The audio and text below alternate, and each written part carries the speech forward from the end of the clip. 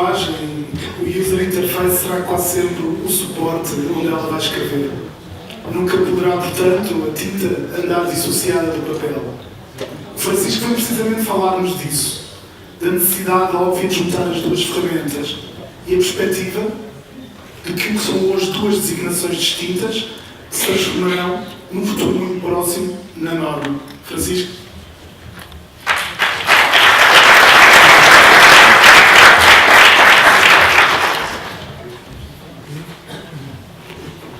Boa tarde a todos, obrigado. Realmente venho falar aqui de um assunto que já foi mais junto, já foi mais dividido, como o Rui diz, que já vimos várias vezes. Provavelmente no futuro próximo estará tudo junto. Já vou explicar o que é passar a mensagem. Mas na realidade tivemos toda a tarde, toda esta tarde a ouvir muitas técnicas, tecnologias, formas, todas elas têm que ser bem estruturadas, bem pensadas, bem discutidas internamente na empresa, mas como o Rui referiu, para os utilizadores utilizarem algo que expor no ecrã, tem que lhes facilitar a vida. E isso faz parte integrante de todo o processo. Por mais bem definidos estejam todos os processos, nem procedem na apresentação, desculpa, temos realmente que colocar para fora e temos que medir e melhorar toda esta situação. Um pouco do que eu vou falar da nossa abordagem, como é que é a nossa visão, como é que nós estamos a abordar este tema. Videojogos e o X. Jogos, gamification não é jogo, não são jogos, temos vindo a falar bastante. Trouxe este slide e trago este tema só para explicar que, em termos de o X, User Experience, ele sempre existiu, desde quando vimos quem jogava jogos, quem jogou jogos, desde os primeiros jogos, sempre existiu User Experience dentro do jogo. Há alguns anos, quando se começou a falar mais no chavão User Experience, foi separado do User Experience, como também se falou muito do User Interface, começou-se a sair. Na realidade, a parte de User Experience e jogos partilham de muitas características comuns. As mais importantes é a interatividade, portanto, a forma como nós temos interatividade com os jogos ou com qualquer mídia que esteja envolvido no User Experience, não é a mesma forma com que interagimos com vídeos, com livros, tudo partilham em comum dessa característica e nos dias de hoje dos dispositivos. Onde nós temos jogos é onde nós vamos ter todas as outras aplicações mais viradas para o negócio, onde nós queremos trazer, comunicar com o próprio utilizador final, seja ele interno ou externo. Eu, na realidade, tenho aqui este slide que as separa, mas na nossa filosofia não são separados. A relação entre User Experience e gamificação ou experiência, e é aí que eu quero chegar, estão ligadas, não são possíveis separar. É difícil por vezes explicar a diferença, porque não vejo acontecer uma sem a outra, e vamos passar por esse processo.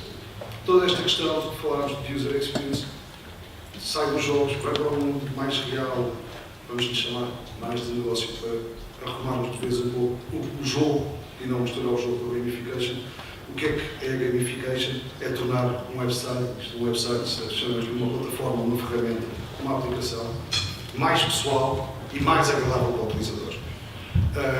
Há muita parte do processo inicial é a definição, o que é que pretendemos atingir, quais são os nossos objetivos, onde é que queremos levar os utilizadores, mas no fim da linha, o utilizador que está do lado de lá é que tem que sentir que é uma coisa pessoal, tem algo que consegue controlar nesta experiência, é agradável, é divertida. A palavra divertido não está associada ao jogo, está associada também à gamificação.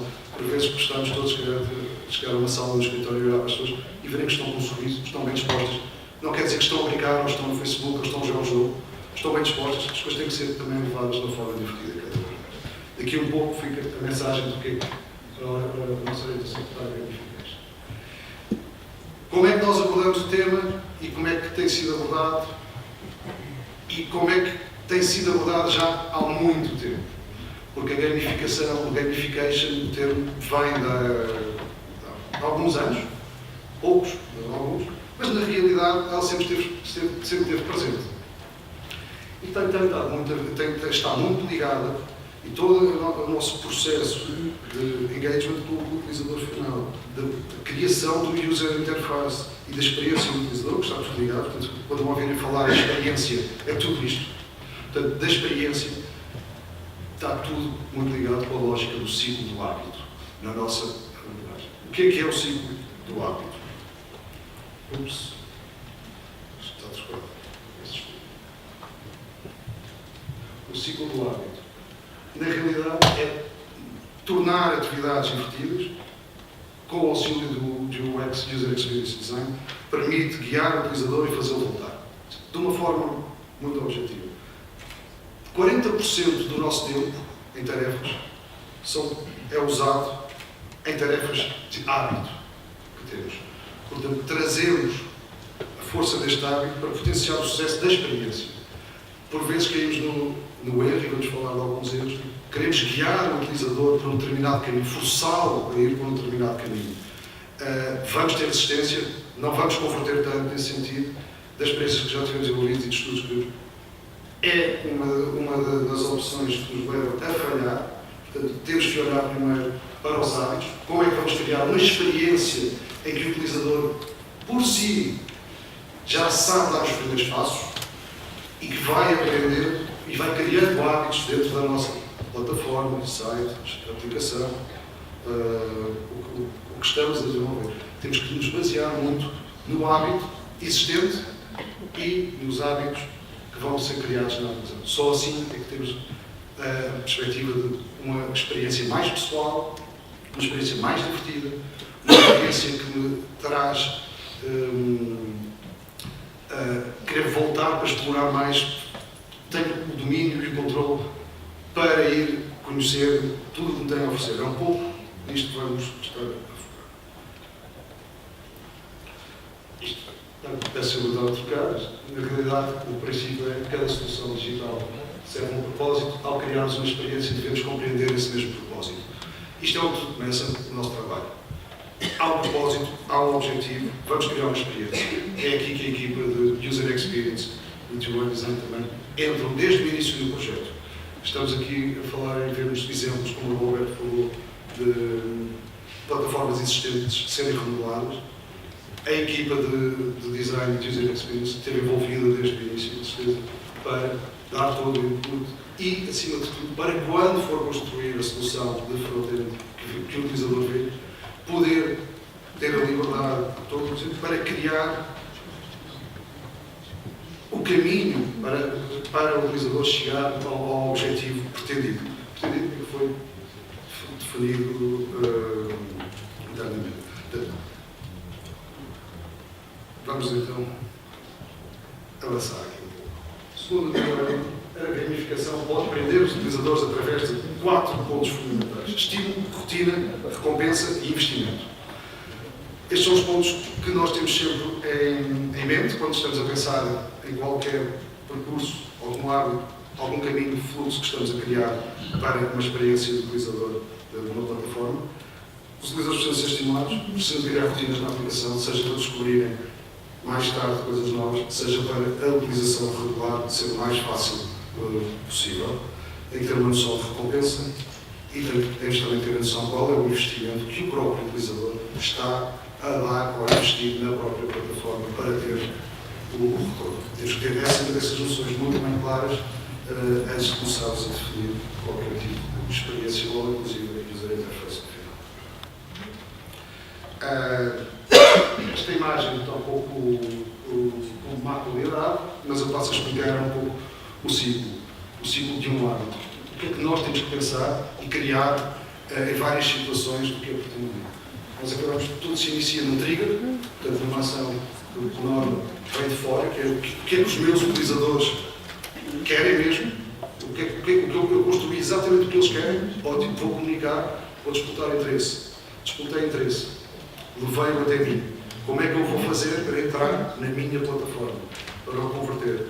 Ele faz uma ação, essa ação que acaba por converter para mim. Então, qual é o passo que ele tem que dar em primeiro lugar? Qual é o passo que ele deu para lhe dar já uma antecipação de uma recompensa?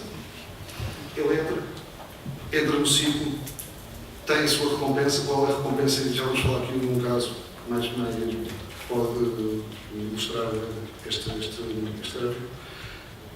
Tem a parte de recompensa, qual é o investimento que ele tem que fazer para se manter na plataforma e tudo recomeça de novo. Um destes casos é o Pinterest, que é a rede social de fotografia. Qual é o meu trigger? O meu trigger é realmente encontrar mais pessoas, ver fotografias, quero potenciar atividades, entro. Eu ao entrar e estar na plataforma, qual é o meu reward imediato? Pertenço a uma comunidade, posso falar, temos um pouco espírito tribal, as pessoas mantêm-se e criam realmente um reward variável. Qual é o investimento das pessoas se manterem na plataforma e se manterem vivas e continuarem neste ciclo? É fazerem pins, shares, tudo o resto na plataforma e voltam ao início. Passaram este ciclo, vão procurar mais pessoas, mais followers e passa por tudo. Isto é um pequeno exemplo de um dos ciclos, mas tudo ciclos que têm que ser muito bem pensados. Nós identificámos e temos vindo a trabalhar sobre alguns projetos e temos identificado 4 erros e, do nosso lado, penso que podem acontecer na gamificação ou que nós usamos como guias para não tornarmos a repetir ou nos alertarmos no meio do processo. São eles. Tentar fazer tudo o jogo. Gamificação, game, jogo. Não é verdade, já vimos, não vou repetir o que já foi falado hoje. Excesso de pontos, badges e classificação. Inundar os utilizadores com pontos, badges e classificações. Fica confuso. É demasiado. E é um erro. Má utilização de sistemas de recompensas. O valor percepcionado da recompensa em si. Há várias teorias, várias discussões sobre recompensas com grande valor, e já se falou também quando há recompensas com grande valor, levam os utilizadores a má utilização da plataforma ou tentar adulterar algum tipo de resultados. Sem valor perceptivo pode cair no desinteresse. Mais uma vez, não uma balança, mas realmente está identificado. Existe uma má utilização. Ou existe não, existia. Vamos falar sempre do passado, porque eu acho que estamos aqui num dia de mudança.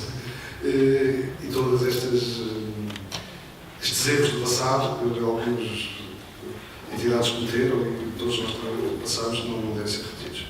Utilizar um tom condescendente. Isto é algo que gostaria de explicar um pouco mais, que já nos aconteceu em casos práticos. Por vezes queremos explicar tanto, queremos educar tanto o utilizador, queremos forçá-lo tanto e que se torna um pouco falta de respeito para o próprio utilizador. Por vezes queremos aplicar mecânicas de jogos mais de crianças que não percebem tanto para plataformas de lentes, que achamos que precisa ser explicado, não precisa. Os próprios utilizadores depois pensam, sentem-se um pouco de um tom menos adequado para a sua realidade. Isto, não sei se partilho disto, já nos aconteceu que realmente há mais uma peça para a balança. Temos que medir todas as coisas. Não há erros sem boas práticas, porque estamos também, começámos a ter o nosso guia de boas práticas para a gamification. Dar poder ao utilizador, mais uma vez reforçar, o utilizador tem que sentir que é uma coisa pessoal, é fundamental, seja o poder dele poder definir os seus objetivos, seja o poder dele tomar escolhas, não o obrigar nem ordenar. Portanto, o utilizador tem que sentir com algum poder. Apostar no impacto do user interface, aí é fundamental, e o impacto, por vezes, não é quase fazer explosões e estrelinhas por todo lado, e uma tendência que mais atual é irmos para a simplificação clínica e conseguirmos introduzir toda a informação que temos dado ao utilizador de uma forma sutil. Deixar o utilizador escolher os seus próprios standards, e um pouco ligado ao ponto número 1 de dar o poder ao utilizador. Por exemplo, uma aplicação de perca de peso. Eu se calhar peço 100 kg e o meu objetivo é chegar aos 45. Eu não posso ser conotado na aplicação como gordo ou não gordo. Eu tenho os meus objetivos, vou cumpri-los, a recompensa é igual a quem tem, se calhar, 50 e quer chegar aos 30, ou 70 e quer chegar aos 50. Eu posso definir os meus objetivos e posso ser recompensado pelos meus objetivos, mesmo que sejam conotados de uma forma que não. O flow é crucial, e aqui o User Experience está em total, não digo reestruturação, mas aprendizagem contínua, O flow é crucial na utilização, cá está. Na plataforma ainda há pouco vimos que o Adalberto estava a mostrar, tem muita informação, querem que os utilizadores cheguem a algum lado. Este fluxo de como vão lá chegar tem que ser muito bem definido e muito bem estruturado para a experiência ser fluida, rápida e até divertida. E ter em conta a importância dos comportamentos naturais. Volto à teoria do ciclo do hábito. Nós somos seres humanos, temos comportamentos naturais, devemos usar, não digo abusar, mas usar muitas dessas mecânicas nos user experience de comportamentos naturais. Um exemplo simples, quando desenvolvemos aplicações para iOS ou para Android, o comportamento natural de ir para trás no Android é completamente diferente de um iPhone. Devemos ter em atenção todos esses comportamentos. Isto é um comportamento natural mais tecnológico de usabilidade do que estamos a falar, mas ilustra bem. Um utilizador de Android vai ao botão de back para voltar para trás, o utilizador de iPhone tem um back na aplicação. Não vamos pôr num utilizador Android um back, ou podemos pôr, mas ele vai continuar a usar o botão de back da aplicação. Temos muita atenção aos comportamentos do nosso utilizador final. Bons exemplos. O Trello é uma aplicação, uma plataforma que nós também acabamos já por usar. Não sei quem conhece, alguém conhece o Trello aqui? Ótimo. É um pouco o refazer de uma aplicação de to-dos. O que é que foi identificado no Trello? Primeiro, muita informação para colocar no ecrã. A equipa aqui de User Experience do UI fez um trabalho excelente, porque realmente os utilizadores que usam o Trello veem e sabem qual a facilidade com que gerem as suas tarefas, anexam a grupo e assinam. Mas assim de tudo trouxe aqui uma alteração que para mim foi, e eu penso que é fundamental, que é deixarmos de ter a tarefa ser completa e completa. É muito relativo. Tenho muitas para fazer, ou já fiz algumas. E temos vários estados que podemos configurar, incluídos onde podemos. Work in progress, to be done. Conseguimos gerir o nosso progresso das próprias tarefas e dar-nos uma noção muito gratificante no sentido de estou a trabalhar nestas, já fiz todas estas, consigo sempre ver o histórico e ver o meu perfil do que já ficou completo. Quem não conhece, convido-vos a conhecerem a ferramenta, é gratuita, tem conta gratuita e podem utilizar, é muito interessante. O próximo exemplo é um exemplo um bocadinho para pessoas mais técnicas, mas quem não é tão técnico, se calhar já ouviu falar, e para mim, que venho aqui falar de User Experience e de UI, vou dizer que isto é um ótimo exemplo de gamification e de User Experience e UI. É o Sublime Text. O Sublime Text é um editor de texto, pode ser levado como um editor de texto normal, de comando, mas também é um editor de texto para desenvolvimento, para os developers editarem os seus fecheirinhos, seja HTML, Java, todo o tipo. Porquê é que é um bom exemplo de User Experience, UI e Gamification? É muito powerful em termos de features, o Sublime Text. As pessoas não têm essa noção, não entram nessa entropia. Qualquer pessoa que pega no Sublime e usa sem básico, mas vai descobrindo. Aqui embaixo podemos ver que vão lançando algumas dicas, mas nem é muito por aqui que vamos sendo instruídos do que é possível fazer. As pessoas vão descobrindo novas features, à medida que vão utilizando, que vão lendo, que vão aos menus explorar. O próprio menu tem um menu básico e advanced. Quando eu me sinto que já estou num modo avançado, posso adicionar uma série de opções, que por vezes não são explicadas, eu é que tenho que as explorar. Mas esse caminho levou a uma utilização do Sublime por todo o tipo de utilizador. O utilizador mais básico, com a sua utilização, vai se sentindo mais avançado. Descobriu 2, 3 coisas. Então quer dizer que se calhar é possível fazer aquilo que me dava muito jeito. Vai tentar procurar, descobre e é capaz. E está lá. E isto tem criado um engagement muito grande neste editor. Não precisaram de colocar e ensinar toda a gente à cabeça de quais são as funcionalidades, mas estão lá, os utilizadores vão usando, vão descobrindo, já têm uma curva de aprendizagem e gostam, e é um desafio. Tem muitos easter eggs, coisas que não estão documentadas também para usar no código. Há muitos artigos em blogs, há muitos artigos na internet, coisas que são descobertas sobre o Sublime. Toda esta curiosidade leva ao utilizador volte ou que o utilizador cresça. Não tem badges, não tem rankings, não tem nada, mas tem a poupança do meu tempo em que eu já poupei pela utilização, porque já descobri, é o meu reward, na realidade. E o que me faz voltar é, se eu já cheguei aqui, vou conseguir chegar aqui e ali, e vou descobrir formas de atingir, por vezes, coisas que temos que fazer com alguma coisa. Já passei o tempo comigo. Nike Apps, por exemplo, muitos devem conhecer, tem várias apps, mas tudo concentra-se numa plataforma online onde as pessoas têm o apoio da comunidade, podem partilhar, e é aí que obtém grande parte da motivação. Este exemplo era para falar um pouco também do apoio externo de comunidades, porque por vezes há gamificações ou modelos que não funcionam sem o apoio externo. E aqui o apoio externo é fundamental, as pessoas continuarem a se sentir motivadas. E obrigado.